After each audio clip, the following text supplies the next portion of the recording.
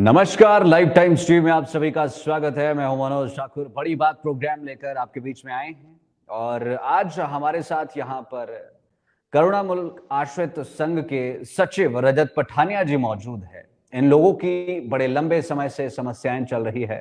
सरकार के पास बार बार वो जाते हैं। बहुत सारे लोगों को शायद उनकी समस्याएं भी मालूम नहीं है जो इन परिस्थितियों से नहीं गुजर रहा होता है। आज इस बड़ी बात प्रोग्राम में उन समस्याओं को जानने की कोशिश करेंगे। क्या कुछ कवायदे इनके द्वारा की गई है, क्या कुछ कार्य किए गए हैं, वो जानने की कोशिश करेंगे और आगे की क्या रणनीति यहां पर रहने वाली है, क्या सरकार से मांगे हैं, ये सारी जानकारी इस बड़ी बात प्रोग्राम के माध्यम से लेना चाहेंगे। रजत पठानिया जी, आपका बहुत बहुत स्वागत है जी। धन्यवाद सर। मैं अपनी जी करुणामूलक टीम के माध्यम से आपके चैनल का बहुत बहुत धन्यवाद करता हूँ। मीडिया भाइयों द्वारा हमारी मांग जो उठाई जाती है, हम सभी उससे आपका बहुत बहुत धन्यवाद करते हैं। जी रजत जी, सीधा पॉइंट पर आएंगे। सबसे पहले तो ये जानना चाहेंगे, बहुत सारे लोगों को शायद ये मालूम नहीं होगा कि करुणा मुल्क आश्रित आखिरकार है क्या, कंपैशनेट ग्राउंड आखिरकार है क्या? करुणामूलक आश्रित सर, जब जैसे किसी जो जैसे सरकार में गवर्नमेंट एम्प्लॉय होता है, उसकी डेथ हो जाती है तो 1990 से प्रावधान बना है उसकी जगह पे परिवार के सदस्य को नौकरी, चाहे वो जो आश्रित एक्सपायर हो गया उसकी वाइफ, चाहे उसके बच्चे, उन उनको नौकरी का प्रावधान रखा गया है 1990 से सरकार ने। जी अच्छा, तो क्या कुछ आप लोगों की समस्याएं हैं करुणामूल का आश्रित जो जिस इस जो कैटेगरी में आते हैं, आप लोगों की क्या समस्याएं हैं? सर क्या है कि जब 1990 में पॉलिसी बनी, तब उस टाइम कोई भी क्राइटेरिया नहीं था। उस टाइम आसानी से जो थी जॉब मिल जाती थी। जैसे किसी के घर का सदस्य चला गया तो उसके घर के सदस्य को जॉब मिल जाती थी। अब जी क्या हो गया सर, सरकारें चेंज होती रही, पॉलिसियां नई नई बनती रही। अब पिछली सरकार थी सर, कांग्रेस सरकार थी, उन्होंने एक मतलब जो हमारी पॉलिसी है उस पे एक प्रावधान लगा दिया कि जैसे जिस एम्प्लॉय की डेथ अगर 50 साल से ऊपर हो जाती है तो उसके आश्रित को नौकरी नहीं है। तो सर जिसने 50 साल से कम जिस सरकारी एम्प्लॉय की डेथ हुई है, उसकी भी तो डेथ हुई है, 50 से ऊपर उसकी भी तो डेथ हुई है। अच्छा, ये सरकार आगे जयराम जी बोलते हैं कि जैसे ही हम सत्ता में आए तो हमने ये सारा कुछ जो है हटा दिया कि जिस दिन रिटायरमेंट वाले दिन भी अगर किसी एम्प्लॉय की डेथ होती है तो उसके आश्रित को भी नौकरी का प्रावधान रखा गया है। पर सर क्या हो गया कि इसमें कंडीशनें ज्यादा लगा दी, पर फैमिली मेंबर इनकम रख दी 62,500। अब सर किसी की जैसे एम्प्लॉय के मतलब वाइफ को पेंशन मिल रही है, जी उसमें उसके घर का खर्चा चलाना बहुत मुश्किल होता है। तो इनकम इनकम का क्राइटेरिया रख दिया सर, 5% कोटा रख दिया, इतनी पीछे से क्या है ये मतलब। रजत जी? 5% कोटा और ये जो इनकम का क्राइटेरिया रखा गया है, ये आखिरकार है क्या है? सर ये 5% कोटा है। जैसे जितनी पोस्टें निकलती हैं ना विभाग में, उस पे 5% कोटा देते हैं करुणामूलक आश्रितों को। पर अब इसमें सर इस टाइम में तो इनकम क्राइटेरिया में सब पॉलिसी से बाहर होते जा रहे हैं, तो किसी को नौकरी का प्रावधान तो दे नहीं रही गवर्नमेंट। मैं सर आपके माध्यम से एक और बात करना चाहता हूँ। जो हमारे गवर्नमेंट एम्प्लॉय हैं, होनी अनहोनी का किसी को पता नहीं है। अगर खुदा ना खास्ता किसी गवर्नमेंट एम्प्लॉय की डेथ हो जाती है तो पिछले 4500 करुणामूलक आश्रित परिवार जो है नौकरी की आस में बैठे हुए हैं।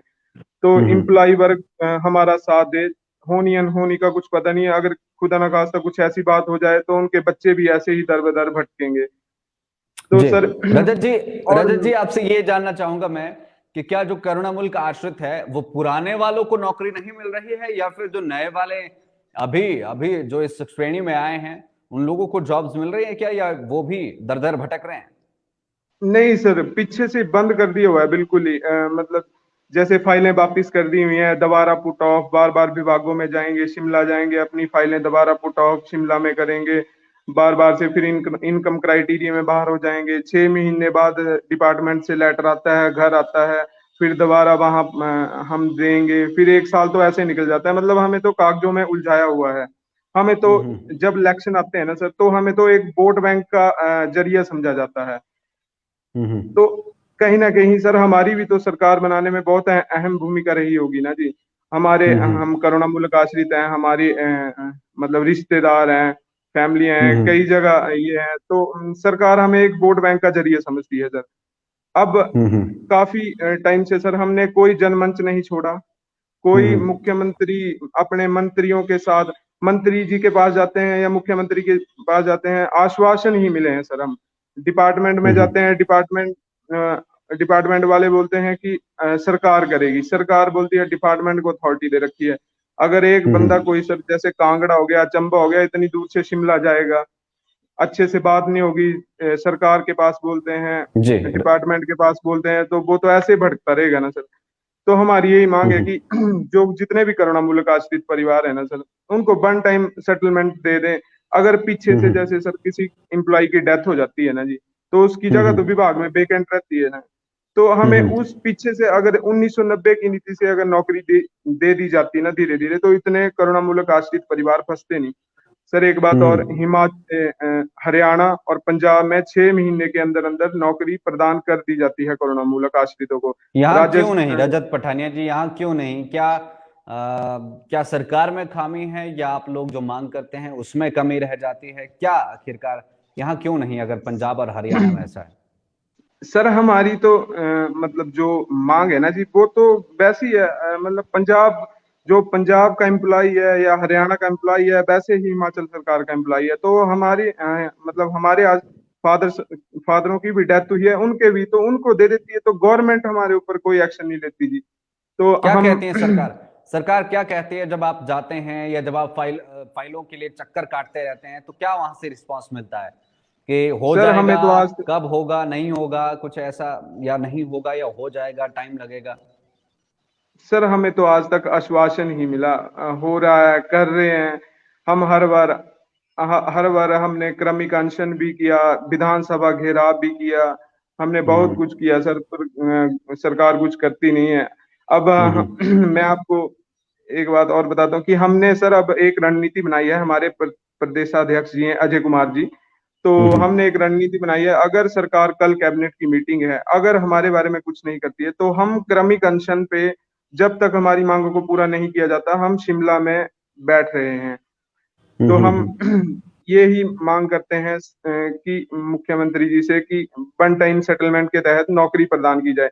अब सर बिहार और राजस्थान में 2 दिन पहले की हम्म बात है, वहां भी पूरा सॉर्ट आउट हो गया, हमारी हिमाचल सरकार नहीं करती सर। बिहार क्या और आपकी, राजस्थान। रजत पठानिया जी, जैसे कि आपके अध्यक्ष है, आप भी सचिव है, क्या आपकी मुख्यमंत्री जयराम ठाकुर से सीधे बातचीत होती है इस मामले को लेकर? कभी बैठे हैं आप लोग, या कभी आपकी हाँ जी समस्याओं को सुना गया है? सर, एक बार हम शिमला गए थे ना जी, विधानसभा घेराव करने। तो वहाँ मुख्यमंत्री जी ने हमें बुलाया था, मतलब प्रदेशाध्यक्ष हो गए और सचिव और मीडिया प्रभारी, हम 3 बंदों को बुलाया था अंदर। तो उन्होंने बोला, बजट सत्र भी चल रहा था, तो जी उन्होंने हमें बोला, हम मतलब ऑफिस में बुलाया, हम अंदर गए, उन्होंने हमसे मिले, बोला कि आपका जो है हम कर रहे हैं, कर रहे हैं, धीरे धीरे बीच का रास्ता निकाल रहे हैं। ऐसे हम्म। तो काफी मुश्किल है, कोर्ट का हवाला दे देते हैं सर, कोर्ट के जो नहीं, केस। कोर्ट, सुप्रीम कोर्ट ने तो मेरे ख्याल से, जहां तक मुझे मालूम है, हरी झंडी दे दी है, कि कह दिया है कि आप जो है वो नौकरियां दीजिए सरकारों को। हाँ जी सर, और जो कोर्ट केस, जिन आश्रितों ने कोर्ट केस किया हुआ था, वो भी कोर्ट हम्म केस जीत गए हैं, पर उनको अभी तक हम्म नौकरी नहीं प्रदान की हुई है।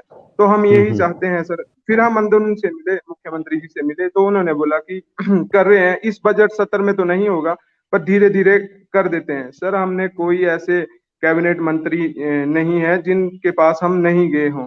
हम जहां हम्म भी जनमंच, कैबिनेट मंत्री का प्रोग्राम हो, हम हर कहीं गए हैं, हमें सिर्फ आश्वासन ही मिले हैं। तो हम्म हम सर अब परेशान भी हो गए हैं। कोविड काल में परिस्थिति क्या रही होगी, ये तो हम हमें ही पता होता है। एक तो हमारे घर का सदस्य गया गया हुआ है, हम्म तो हम यही चाहते हैं सर, जैसे पंजाब हो गया, हरियाणा हो गया, अब तो बिहार, राजस्थान, सारे स्टेट में हो गया, तो हिमाचल सरकार क्यों नहीं करती? पिछली हम्म। सरकारों में कंडीशन लगा दी 50 से पीछे, पर नौकरियां मिल जाती थी, मतलब निकाल देते टाइम टू टाइम। इस सरकार में हम्म। सर कंडीशनें तो हटा दी, 50 एज वाली कंडीशन तो हटा दी, पर नौकरी का प्रावधान अभी तक क्या नहीं। एक भी नौकरी क्या इस समय पे नहीं लगी है? नहीं सर, जैसे विभागों में 5-6 ऑर्डर निकाल देंगे, उससे क्या होगा हम्म। सर? 4500 पेंडिंग है। अगर मान लो अभी कंडक्टर भर्ती हुई पीछे, जी। कंडक्टर भर्ती हुई, तो उसमें कितनी 564, तो उसका 5% कोटा, अगर सरकार बोलती है 5% कोटा, तो उसका 5% कोटे के हिसाब से मैं पूछता हूँ ना सरकार को कि कितने पद उन्होंने भरे? कोई नहीं भरा सर, हम्म। बिल्कुल नहीं। सरकार बोलती है करेंगे, कर रहे हैं। सर हम इसी बात को लेकर मुख्यमंत्री जी से आपके माध्यम से एक बार फिर बोलना चाहते हैं कि हमें एक मुफ्त वन टाइम सेटलमेंट, हमारी मांगों को पूरा किया जाए। हम भी तो एक कर्मचारी वर्ग का हिस्सा ही है सर, हमने भी तो अपने पिता को खोया है। मैं और एक बार फिर दोबारा से एक बार कर्मचारी वर्ग जो है पूरे हिमाचल प्रदेश से यही उम्मीद करता हूं कि वो हमारे साथ खड़े होंगे। कल को अगर किसी उनको भी कोई प्रॉब्लम होती है, या खुदा न खास्ता डेथ हो जाती है, तो उनके आश्रित भी ऐसे ही भटकेंगे। सीनियोरिटी वाइज नंबर काफी लेट होता जाएगा, और जी। 4500 पहले ही सर पेंडिंग पड़े हुए हैं। 4500 लोग हैं। रजत पठानिया जी, क्या जो बाकी के कर्मचारी हैं जो इस समय पर हिमाचल सरकार में नौकरी पेशा कर रहे हैं, क्या उनका समर्थन आप लोगों को नहीं मिलता है इसमें? नहीं सर, नहीं मिल रहा है जी। क्या अभी आपने हमारे बात हमें करने की कोशिश की उनसे? सर, हम जैसे हमारे धरने हो रहे हैं, प्रदर्शन हो रहे हैं, तो हम भी तो एक गवर्नमेंट का ही हिस्सा है जी। वो हम्म। मतलब हमारे समर्थन में उतरे, हमें कुछ बात मतलब हमारी सपोर्ट करें कि अगर उनका ही है सर, जैसे हमारे फादर हैं वैसे ही वो हैं, अगर उनको कुछ हो गया तो उनके बच्चे भी हमारे साथ लाइन में लग जाएंगे आगे। तो हम भी ये चाहते हैं कि वो हमारे साथ खुद चलें, हमें खुद मार्गदर्शन करें। अभी तो हम सर बच्चे हैं, वो तो इतने ही हैं। हमें खुद मार्गदर्शन करें, कि हमारा मार्गदर्शन करें कि ऐसे हो, तो एक एक मुश्त हम्म। पर इससे नौकरी मिल जाए, तो आगे आने वाले टाइम में किसी को कोई प्रॉब्लम नहीं हो। जैसे अगर ये केस हम्म। अप्रूवल निकल जाती हैं, तो आगे वाले टाइम में जो अगर ऐसी कोई मिस हैपनिंग होती है, तो वो कंटिन्यू वैसे ही होती रहे। ये सर हमारी मुख्य मांगे हैं। रजत जी, क्या कभी वार्तालाप हुआ ऑफिशियली या अनऑफिशियली, अगर हम बात करें कर्मचारियों के साथ भी? क्योंकि जब यूनिटी होगी तो डेफिनेटली स्ट्रेंथ तो होगी ही। कभी उनसे वार्तालाप हुआ इस बारे में? सर हम तो जैसे अपने अपने विभाग में जाते हैं ना, जैसे हमारे अपने अपने केस हैं, तो हम्म। हम तो खुद बोलते हैं विभाग वालों को कि हमारी सपोर्ट करो। कल को अगर आपको कुछ हो जाएगा, तो आपके बच्चे भी ऐसे भटकेंगे। तो वो बोलते हैं सरकार के पास सब कुछ है। तो मैं यही बोलता हूँ सर, एक बार, अभी तो ऐसी कोई बात नहीं हुई हमारी, मतलब, पर हम ये हम्म। सोचते हैं कि मतलब डिपार्टमेंट वाइज या मतलब सारे कर्मचारी हमारे समर्थन में उतरे, एक साथ समर्थन हम्म। में उतरेंगे, तो अगर सर जैसे मान लो कोई गवर्नमेंट एम्प्लॉय एक्सपायर हो जाता है, तो एक ही हम्म। विभाग में काम करने वाला उसका ही भाई या मित्र कुछ भी बन जाता है, जो एक विभाग में काम करता है, उसका ही तो साथी गया है। तो उसके आगे हम्म। अगर उसको कुछ हो जाता है, तो ये उसके बच्चे हमारी तरह हो जाएंगे सर। तो हम ये चाहते हैं सर, वन टाइम सेटलमेंट के तरह से मुख्य सर हमें, मतलब जब से ये कंडीशन टूटी हुई है ना जी, फिर हमने संघ हम्म। बना लिया। शिमला में थे हम, उसके बाद सर गवर्नमेंट ने हमें अनदेखा ही किया। हर टाइम हमें आश्वासन ही मिले सर, हर तो टाइम क्या हमें। तो क्या ये जो जितने 10-15 सालों से चल रहा है, इस बार फिर चुनावों में किस तरह से आप लोगों की भूमिका रहने वाली है? सर हमने तो पहले ही बोला कि जो मतलब जो हमारी सुनेगा, हम उसको ही वोट सपोर्ट करेंगे। अब हम्म। हम सर 23 को 11 बजे हम एनजीओ भवन मंडी में एक मीटिंग करने जा रहे हैं। करुणामूलक संघ एक मीटिंग करने जा रहा है। तो हम्म। मैं आपके माध्यम से कुल्लू और मंडी के जो आश्रित हैं उनको भी बोलना चाहता हूँ कि 11 बजे आप मंडी एनजीओ भवन महिला पुलिस थाना जो है वहां पहुंचे। वहां हम एक मीटिंग करने जा रहे हैं। उसके बाद हमने तो जो हमारी सर सपोर्ट करेगा, हम उसको ही सपोर्ट करेंगे जी। हाँ जी। जी। जो आगे हमारी की क्या मीटिंग हुई है ना आगे की क्या रणनीति रहने वाली है रजत पठानिया जी? अगर सरकार अभी सर, भी निर्णय नहीं लेती है, क्योंकि इलेक्शंस का समय है और बहुत सारी चीजें इस समय पर सरकार द्वारा की। हम सर 23 को मैंने आपको बताया कि हम जा रहे हैं मंडी, वहां हम मीटिंग करेंगे। फिर उसके बाद सर हमने कैबिनेट मीटिंग का वेट कर रहे थे सर हम ना, तो हमने अब जाना है शिमला। शिमला में हम बैठ रहे हैं क्रमिक अनशन पर। इसका जवाब सर वोट, हमें ऐसे भी वोट बैंक का जरिए समझा जाता है। फिर अगर सरकार कुछ नहीं करती है, उपचुनाव भी आने वाले हैं, चुनाव भी आने वाले हैं विधानसभा, तो हम इलेक्शन में मतलब जब चुनाव आएंगे तो उसमें पूरा बहिष्कार करेंगे जी।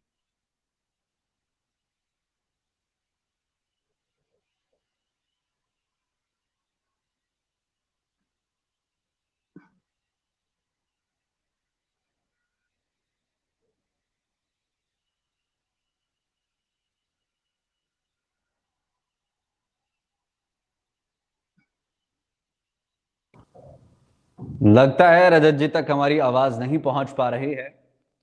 नहीं सर, अब आ गई। आ रही है, ठीक है। अब आ अच्छा, गई। तो हम आगे की रणनीति हमने यहाँ से पूछी और उम्मीद करते हैं रजत जी की जल्द ही सरकार करुणा मुल्क जो आश्रित लोग हैं उनके पक्ष में फैसला ले, उनको कंसिडर करें। और आपकी बात भी बिल्कुल जेन्युइन है कि आप लोगों को दर दर भटकना पड़ रहा है और बड़ी लंबी लाइन, बड़ी लंबी कतार जो है वो दिन प्रतिदिन होती जा रही है। उम्मीद करते हैं कि जल्द से जल्द आपकी समस्याओं का निदान हो और आपको जो है वो क्रमिक अनशन पर ना बैठना पड़े, इस तरह की हम यहाँ पर कामना करते हैं। रजत पठानिया जी, आपने अपना कीमती समय दिया, आपका बहुत बहुत शुक्रिया, धन्यवाद। धन्यवाद सर। जी, देखते रहिए live times TV for true and reporting. मैं हूं मनोज ठाकुर, हमारे साथ इस लाइव स्ट्रीम में जुड़े थे रजत पठानिया, जो कि हिमाचल प्रदेश करुणा मुल्क आश्रित संघ के सचिव। इन्होंने अपनी बातें साझा की कि आखिरकार किन समस्याओं से ये जूझ रहे हैं, क्या कुछ प्रॉब्लम्स का इन्हें सामना करना पड़ रहा है, सरकार के समक्ष किस तरह से इन्होंने अपनी मांगों को रखा है और किस तरह से सरकार द्वारा इनकी मांगों को दरकिनार किया गया है। उम्मीद करते हैं जल्द इन्हें जो है वो जो एक्सपेक्ट कर रहे हैं वो मिल पाए। अभी लेना चाहेंगे आपसे इजाजत। देखते रहिए live times TV for true and reporting. धन्यवाद। जय हिंद, जय भारत, जय हिमाचल।